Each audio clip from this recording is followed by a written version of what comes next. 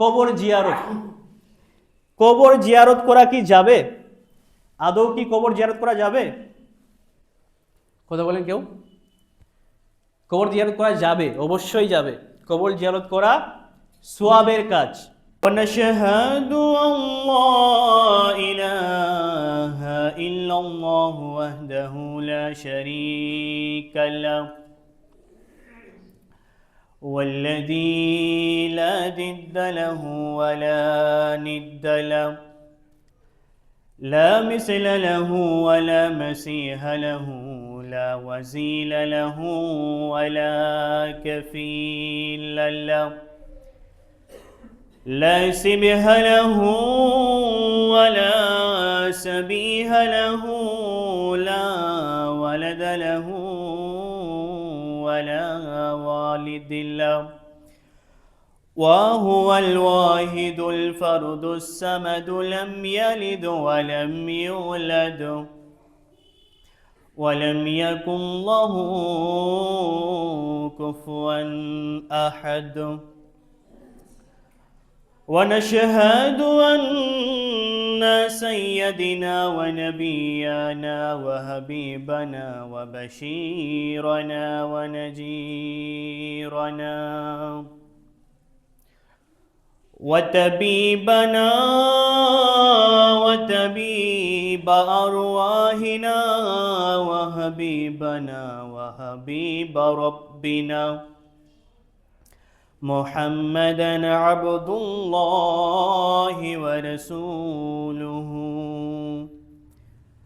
أرسله بالحق بشيرا ونذيرا وداعيا إلى الله بإذنه سراجا منيرا أما بعد فقد قال الله تبارك وتعالى في كلامه المجيد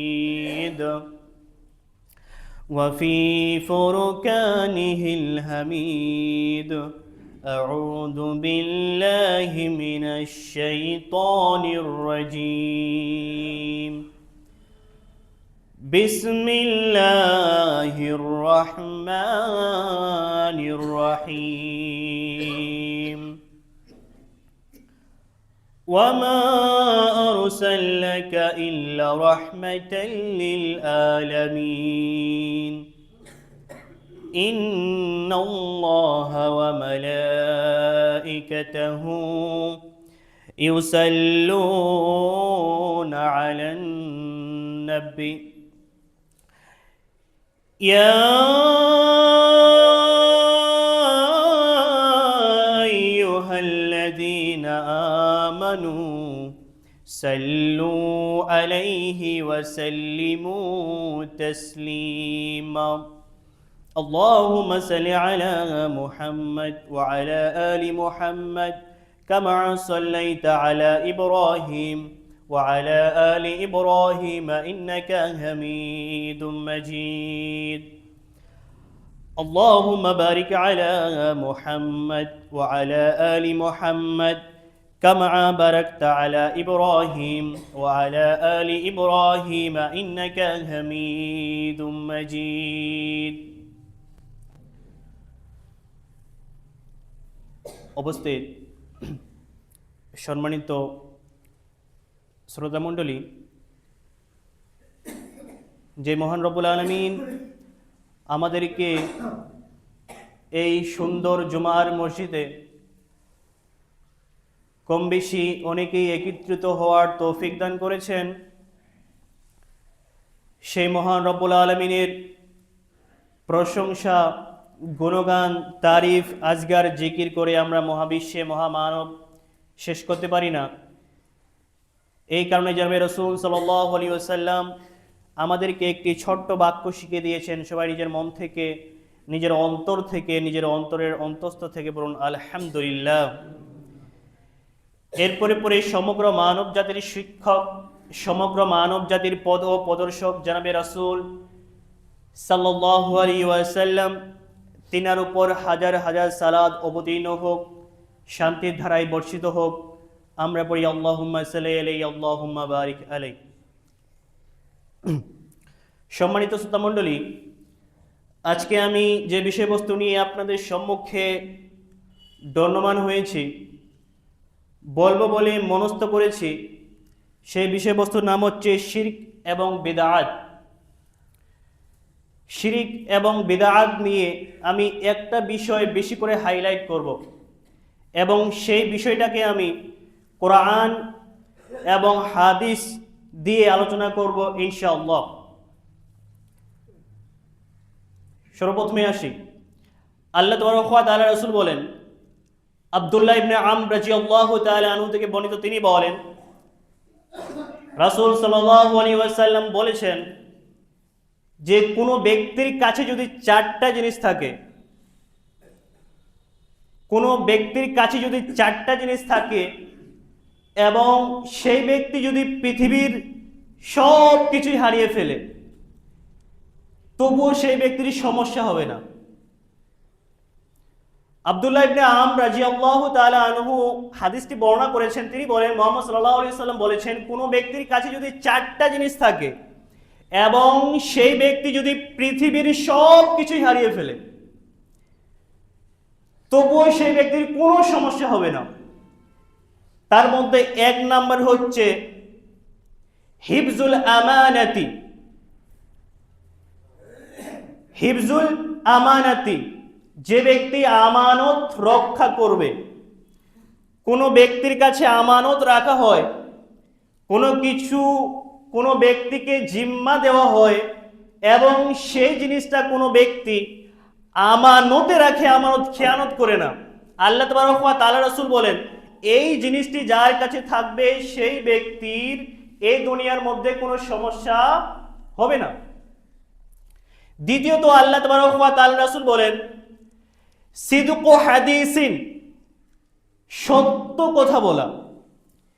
যে ব্যক্তি সত্য কথা বলবে, যে ব্যক্তি মানুষের সামনে সত্য কথা বলবে এবং মানুষকে হাসানোর জন্য যারা মিথ্যা কথা বলে ওটাও যারা পরিহার করবে, ত্যাগ করবে, এই জিনিসটা যার কাছে থাকবে, এই বিষয়টা যার কাছে থাকবে, আল্লাহ তাবারক ওয়া তাআলা রাসূল বলছেন সেই ব্যক্তির এই দুনিয়ার মধ্যে কোনো সমস্যা হবে না, যদি এই দুনিয়ার মধ্যে তার কোনো কিছুই না থাকে। 3, হুসনুল খালিকিন, যার চরিত্র সুন্দর। যে ব্যক্তির ব্যবহার সুন্দর, যার ক্যারেক্টার সুন্দর, চরিত্র সুন্দর, সেই ব্যক্তির দুনিয়ার কিছুই না থাকলেও তার কোনো সমস্যা হবে না। 4 নাম্বার, আল্লাহ তাবারক ওয়া তাআলা রাসূল বলছেন রিজিক, যার রুজি, যার ইনকাম, যার টাকা পয়সা বৈধ, হালাল রিজিক, হালাল রুজি, বৈধ রিজিক, এই 4টা জিনিস যেই ব্যক্তির কাছে থাকবে, সেই ব্যক্তি যদি দুনিয়ার সব কিছুই হারিয়ে ফেলে, তার কাছে যদি কিছুই না থাকে, সব কিছুই যদি হারিয়ে ফেলে, শুধুমাত্র 4টা জিনিস থাকে, তাহলে সেই ব্যক্তির এই দুনিয়ার মধ্যে কোনো সমস্যা হবে না। তাহলে 1 নাম্বার কি বললাম? হিফজুল আমানাতি, যারা আমানত খেয়ানত করে। 2 নাম্বার সিদকু হাদিসিন, যারা সত্য কথা বলে। 3 নাম্বার হুসনুল খালিকিন, যার চরিত্র সুন্দর। 4 নাম্বার যার রিজিক বৈধ, অবৈধ নয়। আল্লাহ তাবারক ওয়া তাআলা রাসূল বলছেন এই 4টা জিনিস যেই ব্যক্তির কাছে থাকবে, যার কাছে এই 4টা জিনিস আছে, তার কাছে দুনিয়ার কোনো কিছু না থাকলেও সে ব্যক্তির কোনো সমস্যা হবে না। কিন্তু আমাদের এই 4টা জিনিস কি আছে? হিফজুল আমানাতি, কারা আমরা আমানত রক্ষা করি। কোনো কিছু দায়িত্ব দিতে কেউ যদি দেয়, সেই দায়িত্বটা আমরা ভালো করে নিভাই, এমন কে আছে? শতকরা 100-র মধ্যে 95 মানুষই কি করে? আমানতের খেয়ানত করে। এক কথায় আমানত খেয়ানত এই জন্যই করে, নিজের ফায়দার জন্য। তারপরে হচ্ছে সত্য কথা। আজকাল ট্রোল হয়ে গেছে, মানুষকে হাসানোর জন্য, মানুষকে খুশি করার জন্য মিথ্যা কথা বলি, বা এমন কোনো ঘটনা আমার কাছে মনে করেন যে এমন কোনো ঘটনা একটা ঘটে গেল যেই ঘটনাটা আমি শুরু থেকে শেষ অবধি কোনো মানুষের সামনে উপস্থাপন করলে সেই ঘটনাটা মানুষটা শুনে খুশি হয় না, হাসে না, তখন আমি কি করি, সেই ঘটনার মধ্যেই নতুন কিছু লাগাই, নতুন কিছু অ্যাড করি, নতুন কিছু যুক্ত করি, এবং সেটা কথা বলতে বলতেই যুক্ত করি আর এবং সেটা মুখ থেকে বার করি, এবং এমনভাবে বলি যেন সামনের লোকটা খুশি হয় এবং হাসে। এই মতো করে আমরা মিথ্যা কথা বলি না? 3 নাম্বার, কয়জনের চরিত্র সুন্দর, কয়জনের ক্যারেক্টার সুন্দর, আচরণ সুন্দর। আল্লাহ তাবারক ওয়া তাআলা রাসূল অন্যত্র হাদিসের মধ্যে বলছেন এই ক্যারেক্টার সম্বন্ধে, সুন্দর চরিত্র সম্পর্কে তিনি বলছেন, বুখারী শরীফের হাদিস, তিনি বলছেন যে আল হায়াউ মিনাল ঈমান ওয়াল ঈমানু ফিল জান্নাত। আর এক হাদিসে এসেছে যে বলছেন যে আল হায়াউ সুবাতু মিনাল ঈমান। তিনি বলছেন যে লজ্জাই হচ্ছে ঈমান, ঈমানই হচ্ছে জান্নাত। লজ্জাই হচ্ছে ঈমান, ঈমানই হচ্ছে জান্নাত। যার লজ্জা আছে তার ঈমান আছে, যার ঈমান আছে তার জান্নাত আছে। তার মানে লজ্জা এবং ঈমান একটাই বিষয়, লজ্জা এবং ঈমান একটাই বিষয়। আল হায়াউ মিনাল ঈমান ওয়াল ঈমানু ফিল জান্নাত। লজ্জাই হচ্ছে ঈমান, ঈমানই হচ্ছে জান্নাত। যার লজ্জা আছে তার ঈমান আছে, যার ঈমান আছে তার জান্নাত আছে। তো যার ঈমান নেই, বুঝতে হবে তার লজ্জা নেই। তো কেমন আমরা বুঝবো যে লজ্জা? আমরা বলি না যে অমুক মানুষটা খুব লাজুক, কিন্তু দেখা যায় 5 ওয়াক্ত নামাজ পড়ে না, কিন্তু দেখা যায় সত্য কথা বলে না, কিন্তু খুব আস্তে কথা বলে, নরম মেজাজে কথা বলে, খুব লাজুক। অ্যাকচুয়ালি সেটা হচ্ছে ওই ভদ্রতার পরিচয় নয়, নিজেকে উপস্থাপন করে মানুষের সামনে দেখানোর জন্য, যেটা রিয়া বলে, রিয়াকারী। তো যার লজ্জা থাকে সে কখনো ইবাদত ছাড়তে পারে না, যার লজ্জা থাকে সে কখনো মিথ্যা কথা বলতে পারে না, যার লজ্জা থাকে সে কখনো ফরজ ইবাদত ছাড়তে পারে না, যার লজ্জা থাকে সে কখনো পর নারীর সঙ্গে অবৈধভাবে কথা বলতে পারে না। তার মানে লজ্জা নেই বলে ঈমান নেই, ঈমান নেই বলে তার জান্নাত নেই। বুখারী শরীফের হাদিস, কোনো মিথ্যা নয়। তো বিষয়টা ছিল শিরক এবং বিদআত নিয়ে। এটা 3 নাম্বার গেল। 4 নাম্বার হচ্ছে যার রিজিক বৈধ, যার রিজিক বৈধ, তার এই দুনিয়ার মধ্যে কোনো সমস্যা হবে না। আমার টাকা পয়সা বেশি নেই, 3 বেলা খেতে হয়, দিনে আমি 1 বেলা খাই কিংবা 2 বেলা খাই, 3 বেলা খেতে পারি না, টাকা পয়সা অতটা নেই, কিন্তু আমার ইনকামটা বৈধ, আমার অতটা সমস্যা আসবে না। আল্লাহ রসুল বলছেন, আমার অতটা সমস্যা আসবে না। তাহলে এই দুনিয়ার মধ্যে আমরা কি করব? এই দুনিয়ার মধ্যে আমাদের করণীয় কি? এই দুনিয়ার মধ্যে আমরা কি কাজ করব? এই দুনিয়ার মধ্যে আমরা কি করছি? আল্লাহ তাবারক ওয়া তাআলা, রাসূল বলছেন, অনেক মতো করে যারা তাফসীরগণ ব্যাখ্যা করেছেন অনেক মতো করে বলেছেন যে কোনো ব্যক্তি যদি একটা আঙ্গুল সমুদ্রের মধ্যে ডুবিয়ে দেয়, বা কেউ বলেছে কোনো যদি পাখি কি করে তার ঠোঁটকে সমুদ্রের মধ্যে ডুবিয়ে দেয়, এবং সেই আঙ্গুল উঠার পরে সেই আঙ্গুলের মধ্যে যতটা পানি থাকে, যতটা জল থাকে, ওই জলটা হচ্ছে এই দুনিয়া, ওই জলের পরিমাণটা হচ্ছে এই দুনিয়ার সময়টা। আর বাকি যতটা জল সমুদ্রের মধ্যে আছে ওটা সমস্ত আখিরাত। তো আখিরাতের মধ্যে আপনি সমুদ্রের মধ্য থেকে 1 ডোল জল উঠে নেবেন, তো সমুদ্রের মধ্যে জলের কমতি হবে? বাড়তেই আছে, কমতি হবে? তো অতটাও বলা হয়নি, বিন্দু, 1 ফোঁটা যতটা সময় হয়, 1 ফোঁটা যত পরিমাণ, এই সময়টা হচ্ছে দুনিয়া। আর আখিরাত কোনটা? যেটা হচ্ছে সমুদ্রের মধ্যে পড়ে আছে জলটা, ওইটা। তাহলে দুনিয়ার মধ্যে আমরা কতদিন থাকছি, আর আখিরাতে আমরা কতদিন থাকবো? এই হাদিসটা নিয়ে একবার বিবেচনা করুন, একবার ভাবুন। এই হাদিসটা একবার মস্তিষ্কের মধ্যে বসিয়ে নেন, তাহলে আপনি কখনো কারোর সঙ্গে জুলুম করবেন না, কখনো আপনি মিথ্যা কথা বলবেন না। কখনো আপনার দ্বারাই খারাপ কাজ হতে পারে না, ভুলবশত কিছু হয়ে গেল, সেটা আল্লাহর সঙ্গে জড়িত, আল্লাহর সঙ্গে পাপে জড়িত, সেটা আল্লাহর কাছে চাইবেন। কিন্তু এই দুনিয়ার মোহে পড়ে, এই দুনিয়ার মায়ায় পড়ে কিছুক্ষণ সময়ের জন্য আমরা এত বড় সময়টাকে নষ্ট করব। দুনিয়ার সময়টা কিছুক্ষণ, তো এই কিছুক্ষণ সময়ের জন্য এত বড় একটা সময় আমরা নষ্ট করব। এই কিছুক্ষণের সময়ের মধ্যে আপনার আমার ইবাদত, আপনার আমার আমল, আপনার আমার হচ্ছে আমলের খাতার মধ্যে যা লেখা হয়, এখানে যা হবে ওখানে তাই পাবো আমরা। তো কিছুক্ষণ সময়ের জন্য আমরা কি করছি? ওই পুরো সময়টাই নষ্ট করছি। কিছু টাইমের জন্য আমরা পুরো সময়টাই নষ্ট করছি। তো আমার মেন বিষয় ছিল কি? বিদআত নিয়ে। তো বিদআত আমার যেটা হাইলাইট করতে কথা ছিল সেটা হচ্ছে কবর জিয়ারত। কবর জিয়ারত করা কি যাবে? আদৌ কি কবর জিয়ারত করা যাবে? কথা বলেন কেউ? কবর জিয়ারত করা যাবে, অবশ্যই যাবে। কবর জিয়ারত করা সওয়াবের কাজ। কবর জিয়ারত তিন মতো হয়, তিন ধরনের হয়। একটা হচ্ছে সুন্নতি পদ্ধতিতে, একটা হচ্ছে বিদআতি পদ্ধতিতে, আর একটা হচ্ছে শিরক পদ্ধতিতে। কয়টা বললাম? কবর জিয়ারত হচ্ছে তিন পদ্ধতিতে হয়। এক, সুন্নতি পদ্ধতিতে যা রাসূল সাল্লাল্লাহু আলাইহি ওয়াসাল্লাম করেছেন। দুই, বিদআতি পদ্ধতিতে যা রাসূল সাল্লাল্লাহু আলাইহি ওয়াসাল্লাম করেননি। তিন, যেটা আল্লাহর উপরে জুলুম করা হয়। আর কবর জিয়ারত মানে কি? কে বলতে পারবেন কবর জিয়ারত মানে কি? কবর জিয়ারত মানে কি? মানে কবরের কাছে গিয়ে দোয়া করা? বলেন, কবরের কাছে গিয়ে কি দোয়া করা? কবর জিয়ারত মানে এটা নয়। কবর জিয়ারত মানে হচ্ছে কবরের পাশে যাওয়া, ঘুরে ফিরে আসা, আপনার নিজের ফায়দা হবে। কবর জিয়ারত আল্লাহ তাবারক ওয়া তাআলা রাসূল কেন করতে বলেছেন? যে আমাদের নিজের ফায়দা হবে। এখন দোয়া কেন করব? এটা প্লাস পয়েন্ট।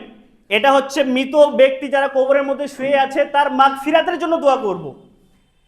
তার মানে কবর জিয়ারত করা হচ্ছে কি? কবরের মধ্যে ঘুরে আসা। কেন ঘুরে আসবো? তার মানে কবরের মধ্যে যাব, পাশে যাব, যাওয়ার পরে কবরের দিকে তাকাবো এবং দেখবো যে অমুক ব্যক্তিটা এই দুনিয়ার মধ্যে কত টাকাওয়ালার মালিক ছিল, অমুক ব্যক্তিটা এই দুনিয়ার মধ্যে কত বড় একটা শিক্ষিত ব্যক্তি ছিল, ওই আজকে ওই মাটির ঘরে শুয়ে আছে।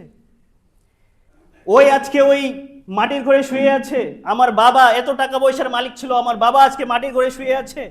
আর আমি তো একটা অসুস্থ ব্যক্তি, আমাকেও এখানে থাকতে হবে।